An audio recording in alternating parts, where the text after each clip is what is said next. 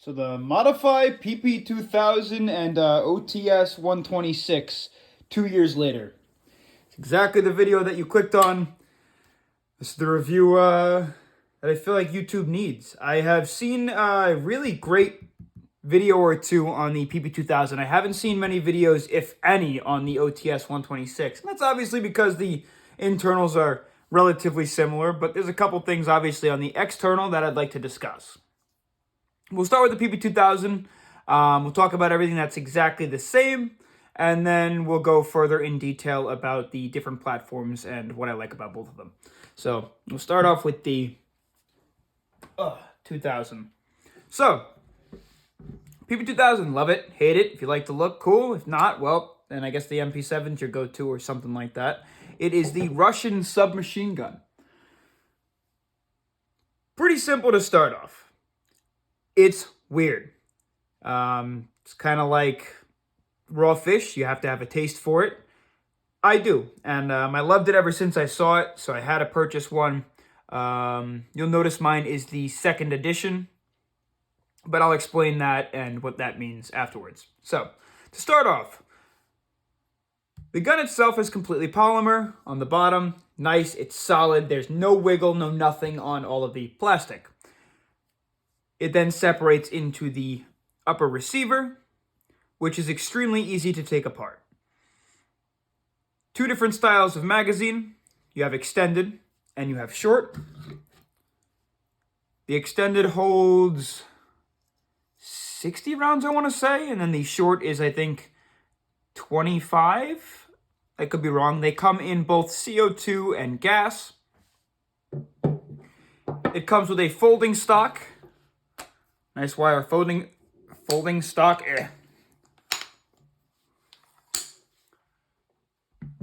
A flashlight that you can buy separate. A suppressor that's designed specifically for the PP-2000 that you can also buy separate. And this is just a site that I found on Amazon because it's Airsoft and I didn't want to get it getting it shot out. A couple of the gun's features to start. Obviously, it has that built-in foregrip. Here's your mag release. Your selector switch. Typical Russians with that full auto first, semi-auto second. One thing that I really like about this is you see how it starts in the full auto? And then it just covers two of them to show that it's semi. I think that's kind of cool. You'll see it's got your sling mount. This is a secondary piece that modifies cells. You can actually purchase this to get it to sit in a holster that they sell with it. Other than that, it just comes with a regular space to stick a sling point. The charging handle is one of the weirdest parts. It comes with this switch flip that you can then charge it. Or you can do it from the opposite side. So it is ambidextrous at that standpoint. However, I'm not sure. I believe you can switch this guy over, the mag release, also to the other side. So it can work almost completely ambidextrous except for the selector switch, fire selector switch. You'll notice looking at the gun, it has very minimal real estate on the top. So you're really limited to one sight, which is exactly why they have a proprietary flashlight at the bottom. And it comes with a 14 millimeter counterclockwise thread for the barrel. The cool part about the PP-2000 is how small the package it is. And it's relatively reliable. I want to break this gun apart in just a moment. We're going to go over whatever parts are steel. Steel. Steel. Steel. Steel. Trigger is not. Steel, or aluminum upper rail, aluminum charging handle. Wait, hold on. Yeah, aluminum charging handle. I believe this is plastic or maybe some sort of metal. Steel front sights, front irons. Now to take the gun apart, you have to take off the Bear with me, I might have to do this off camera. Flashlight, without breaking it. And there's a pin on the inside that you can press, and the entire upper receiver comes apart from its lower half. On the inside of the lower half, you've got your hammer, steel,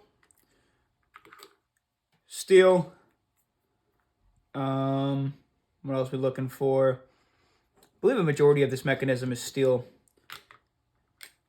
The recoil spring, housing steel. It is, actually. That's interesting. Cool. So, all steel hammer assembly. Got a little bearing there also. And the inside of the PP-2000. The nozzle housing is not steel, nor is the hop-up unit housing. This is your hop-up. It comes with an extremely long Allen key that you can run through the bottom of the grip, right behind the trigger, if you didn't want to pop this guy off, but it's pretty easy. And yeah, obviously, your spring's steel, guide rod is steel. Now, one thing that I like about this gun is how easy it is to field strip, how simple it is to learn. One thing that I didn't like about this rifle, when I first got it, the inside of the charging handle came with this little rubber cylinder. And the problem was every time you were firing, this little fucking thing would just flip back and forth like a limp dick. So what I did was I went on Amazon, and I don't remember the size of it, but I found a dowel or a rod made out of steel. I slid that bad boy in there, and it gave it a much more solid and sturdy flip. So it stayed to one side, stayed forward, and it wasn't getting in the way. Now, a couple of things that the first edition has that the second edition didn't, and that was a couple of the issues. So, where are we? Come on, brain work. Okay. So, the first edition of this pistol, or SMG, you see that steel piece? That nozzle stop? That was plastic, and on a lot of the first ones, it started breaking. Obviously, because it takes a lot of pressure and abuse. So, Modify actually listened to the community, and they upgraded it to a steel one. They also added some bearings so that this guy slides nice and smooth along the top of the upper receiver. They also have a few different upgraded nozzles, so you can do low power, high power nozzles if you'd like. And other than that, that's kind of all that they upgraded to this gun after its first release. Now, get this guy to go back in. It's just like that. You could throw your flashlight back in. And we'll plug that guy back up. Now, the flashlight itself is around $50. Challenge with the flashlight is for some reason they do and don't work. A lot of people have trouble with this guy. I've been lucky enough to have a very easy time. It's a pressure padded light switch, and it takes, what are these? The 123s lithium batteries, takes 3 of them. It's relatively bright. It's not the best thing in the world, but it does work. The suppressor is really cool because it has a de-threading bar. So you'll notice this bar is attached to the inside of the suppressor, and it locks itself on top of the barrel so that it doesn't accidentally start to untwist. Even though when I'm indoor, a majority of the time I'm running a tracer unit anyways. Now, another problem that I've had with this SMG is the magazines. So the short magazines, the short gas magazines, and the short CO2 magazines, they work fine. They tend to almost always finish all of your shots if you're firing in semi. If you're firing in full auto, it's not the most reliable. So either if you're going to be using full auto, I'd recommend HPAing it. If not, then don't fire in full auto. However, the extended green gas mags and the extended CO2 mags have had a lot of issues. So, first things first, the first edition of the magazines, they had this red rubber, or the orange rubber, sorry, colorblind ass, can't even figure out what color that is. The second edition, you'll notice, have this black rubber. That was their attempt at getting it to seat high enough in the gun so that the nozzle and the rubber have a better connection, so less gas is escaping. However, the CO2 mags can never, ever get past about half of the 60-round mags or 50-round mags. The green gas can.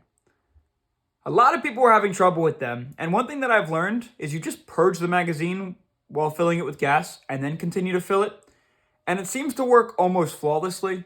Sometimes you'll have 2 or 3 bullets left in the chamber, but who gives a shit? It's a fun gun, and it's reliable that way, but the magazines were designed in a way that the gas chamber just is not enough for the amount of rounds that are in this guy, so you tend to have a lot of issues. So in reality, the only reliability problems that I've noticed with this guy are the mags, because Modify has went ahead and fixed almost every other issue that was inside of this SMG. There is another issue, though, long-term. With this charging handle, and being that this rod isn't CNC'd steel, it's some sort of aluminum metal, or I think it's aluminum. The spots where the charging handle presses up against the big rod, right here, I don't know if you can see that, and right here, you start to get some bulging of the metal, and it becomes harder to get it to slide through the hole or the track that it's in to remove it from the upper receiver. So I would recommend you either going to have to file that down every now and again, or deal with a giant lump when you have to take it apart. Really cool part about Modify is all of the parts for this SMG are sourceable. Almost everything. You can get all of the parts on their website. Depending on where you're at, the shipping time might be a little bit expensive, and it may be a little bit longer to get, but, fucking be patient. And the stock, much like most Airsoft stocks, is a little bit wobbly, so you might have to wrap a little bit of tape around that guy. Now, I have the tape wrapped around this. I don't intend on pulling it out for you. This is the button to do so, because it'll be a pain in the butt to get back in. However, much like the real one, you can run a gas magazine as the stock. It's the same exact shape. So if you ever want to carry an extra one, there's you go too. Now moving on to his big brother, or me compared to her ex-boyfriend, the OTs-126. It's basically the same as the PP-2000, except obviously the inner and outer barrel are much longer, and it's got all this extra gear up top on the sides, these bottom rails and whatnot, and a more aggressive M4 tube style stock. So what's cool, obviously, the stock, it's much beefier. The stock also has a sling point on it, and it's got a good handful of adjustments. You got 1, 2, 3, 4 adjustment slots. It's got this nice rubber padding on the back, and it sits about the same as the original stock. If you notice, this is that swivel I was talking about before, in case you don't want to have it on a holster. Now, a couple of things that are cool about this is obviously it increases the amount of real estate you have, right? You got this long upper rail now. You've got the side rails and the bottom rail. With a longer rifle, it's probably a good idea to have your hand a little bit further down the barrel in order to increase stabilization while firing, even though there's not too much kickback on this guy to begin with. I like to run, again, a sight, a flashlight, and some sort of a grip. The barrel itself is extremely long. You can get these end caps off if you want to switch them out to a different style end cap. I believe these are a male end cap. I haven't been able to get this one off yet. You'll see I've been trying. I just don't want to tear apart the barrel. I'm not really sure how sturdy it is. And the charging handle's in a little bit of a weird place. Now, the charging handle itself, you see this one still has that like rubbery texture to it, so it's like very wiggly. However, you got to stick your whole finger in there to pull it on out. On the bright side, if you get one of those steel rods to make it a little bit more sturdy, you can leave it out. Why? Because you're not really holding here. So when you're up like this, it's not going to start slapping your thumb. You don't have to wrap your thumb around on the inside because you're holding here. So my recommendation, just leave this guy out.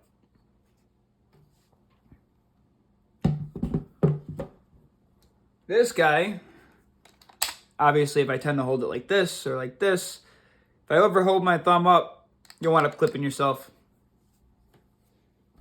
Now, both of these pistols, or I keep saying pistols, what am I, fucking stupid? Both of these SMGs can hop .4s, which is pretty ridiculous. And the cooldown on them isn't bad either. They actually take gas really well. They feed almost all the time. Anything over 50 degrees is extremely reliable. Like I said, the only downside is you got to purge your mag. So if you're willing to lose a little bit of gas or propane, then by all means go for it. I do recommend running some sort of a longer sight on the OTS. Just because obviously it's designed to shoot a little bit further. And then some sort of a side-mounted optic or a top-mounted optic in case you got to get into some closer encounters. One thing I do wish is the barrel was a little bit shorter. Maybe like here. So I could throw like a suppressor on the end or something like that. But, oh well. And as for the machining, it's very clean. Nice and rounded off. Nothing too sharp edges. Nothing's wiggly or wobbly. Like I said, it's got a ton of real estate. And I actually really like the shape of the stock. Although it does wiggle a little bit. But again, most Airsoft stocks do. It's just for some reason, no company seems to get that correct. This one's extremely bad, however. But, a little bit of electrical tape or Velcro on the inside could probably help. We'll just go over this guy again. Not steel. There's some steel in the back for your swivel. Obviously, it's aluminum. The barrel itself, also some sort of aluminum. And yeah. Do I recommend these?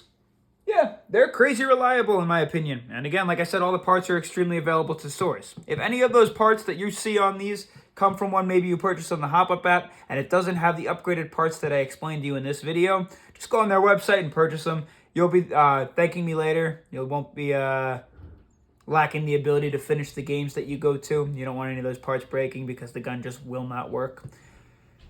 And other than, again, purge your mags, sand this guy down when it starts to get too bulgy, and enjoy playing, because these are, in my opinion, if you're down to tech with them a little bit, some of the best SMGs on the market.